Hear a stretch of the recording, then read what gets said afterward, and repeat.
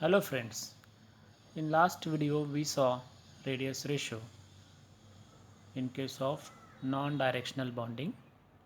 Today we want to focus on what is ionic crystals. As I said in last video, crystal is what? It is a giant molecule. It is a very big molecule, consists of many number of unit cells of that particular molecule. So in ionic crystal, it is a crystal consists of ions bound together by a strong electrostatic force of attraction.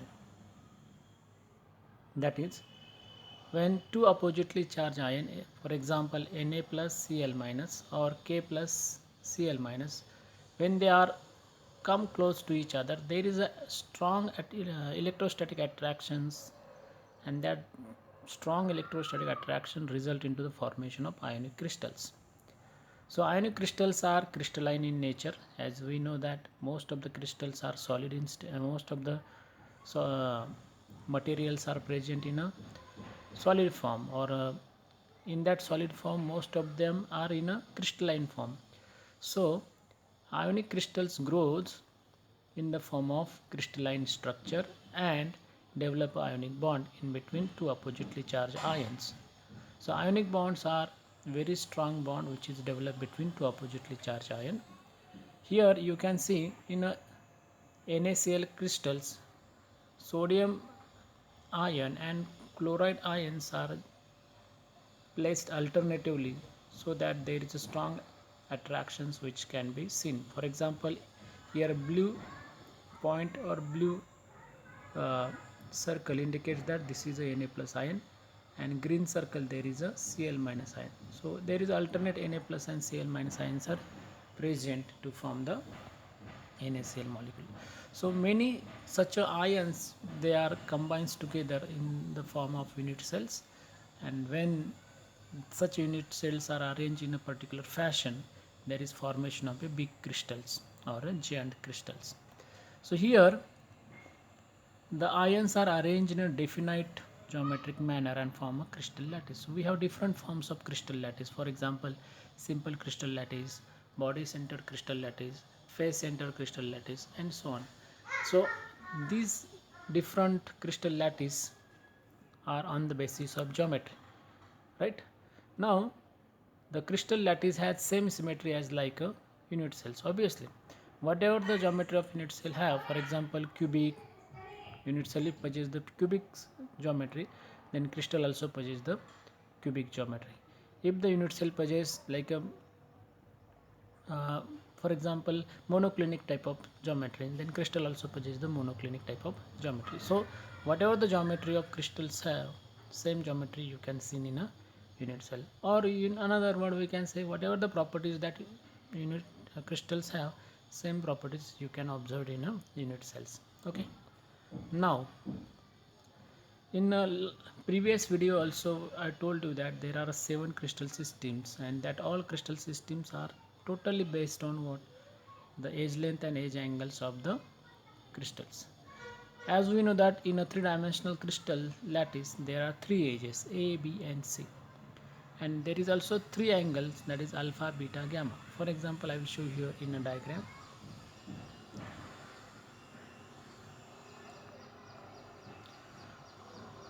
Let's say I will draw a diagram of cubic crystal.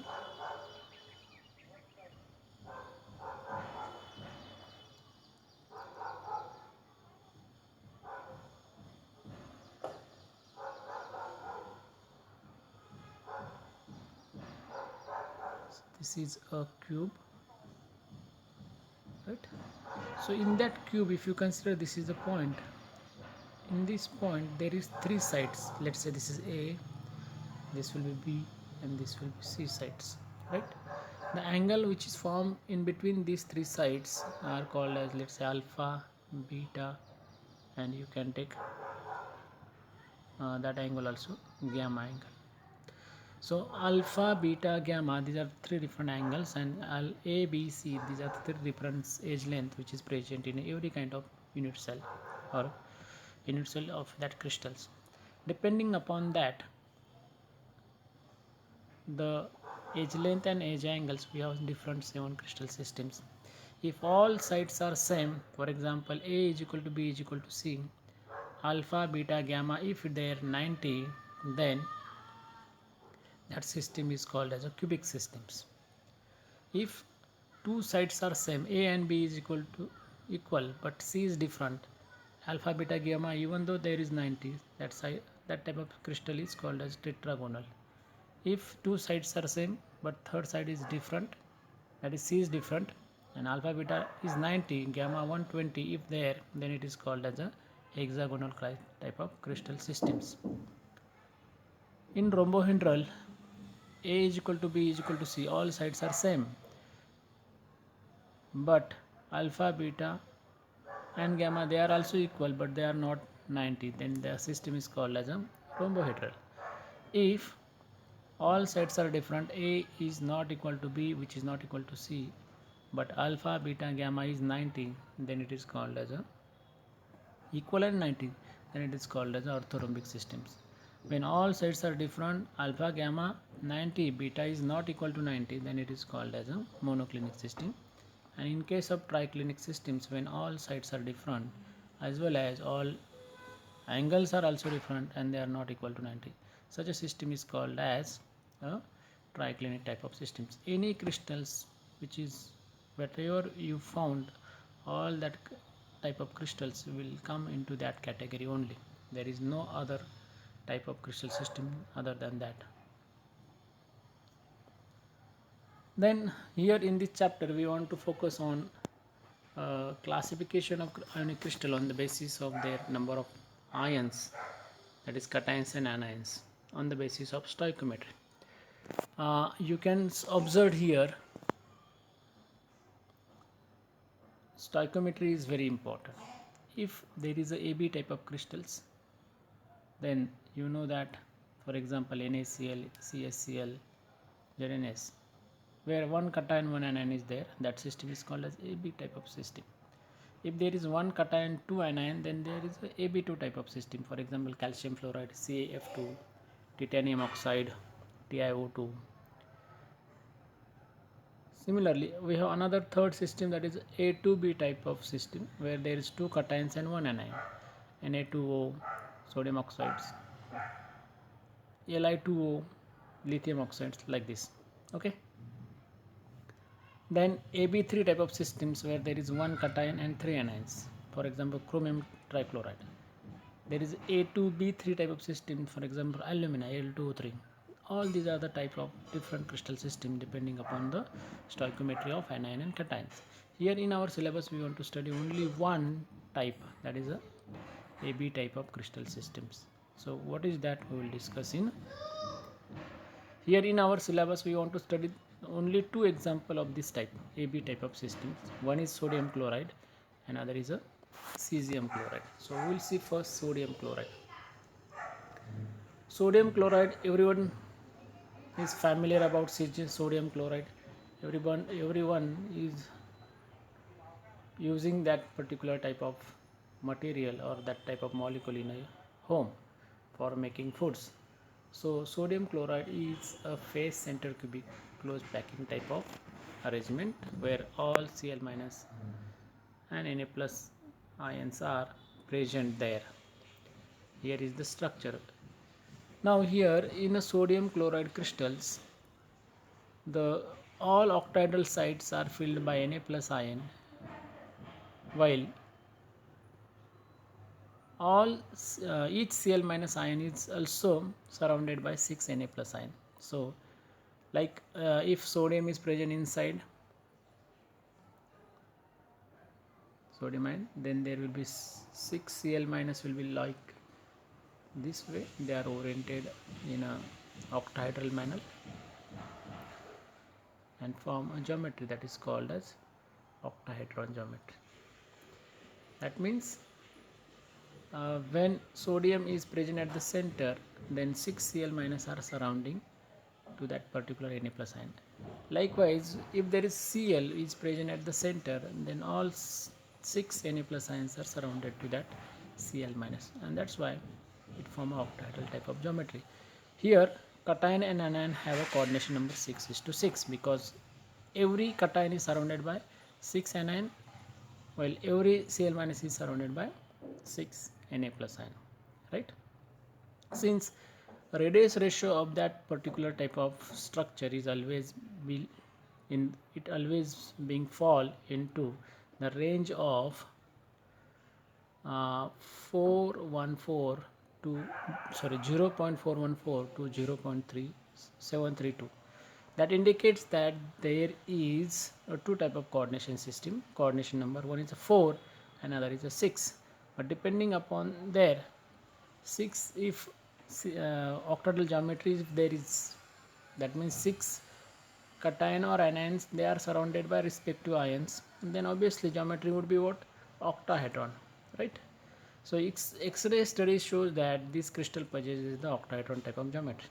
We have many examples for that particular structure of sodium chloride type of structures, like alkali metal halides and alkaline earth metal oxides always being formed such a type of crystal structures. We have here example cesium fluoride, silver chloride, silver bromide, potassium cyanide, etc. are the examples for such a systems. Okay, everybody understood that? Okay, now we'll move to the next type of crystal system, that is a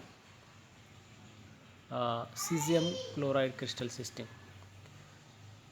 The structure of cesium chloride. In this cesium chloride, you know that cesium is present in the first group of periodic table on 6th period. So size of cesium is bigger than as compared to size of Cl, obviously. Cesium chloride crystal consists of simple cubic space lattice where chlorine atoms are present at the corner of the cube, and yes, that is cesium atom is present at the center of cube. You can see here all corner of the cube is filled by what? Chlorine atom, and there is a center of that cube where there is a cesium is present, right? That means every cesium atom is surrounded by 8 chlorine atom, and that's why its coordination number becomes 8. So here most of the alkali metal halides like NaCl type, we feel like that that particular example belongs to NaCl, but it is not. They belongs to cesium chloride example. Cesium chloride, cesium bromide, cesium iodide, ammonium bromide, etc. All these examples come into that particular category, or they show the structure of cesium chloride. The structure of ionic solids not only depends on the sizes of ion but also depends on radius ratio, as well as arrangements for the space lattice of ion is also equal. As I said, ionic solid not only depends on the radius ratio value, but they also depends on coordination number. They also depends on size of ions which form the particular type of ionic crystals. As I said, in a sodium chloride and nickel arsenic NiS structure, both have coordination number 6. Still their structures are different because stacking sequences of anion is very important there. In a sodium chloride, size is different. In a nickel arsenide, size play an important role. In case of sodium chloride, there is a FCC close packing structure you can see, but in case of sodium nickel arsenide, there is a hexagonal close packing structure you can observe. That means size not only depends on the size of ions but also depends on the structure, coordination number, radius ratio. All does matter to form the structure of that particular crystal, that is the ionic crystals. Okay, so this is enough for today's lecture. Thank you.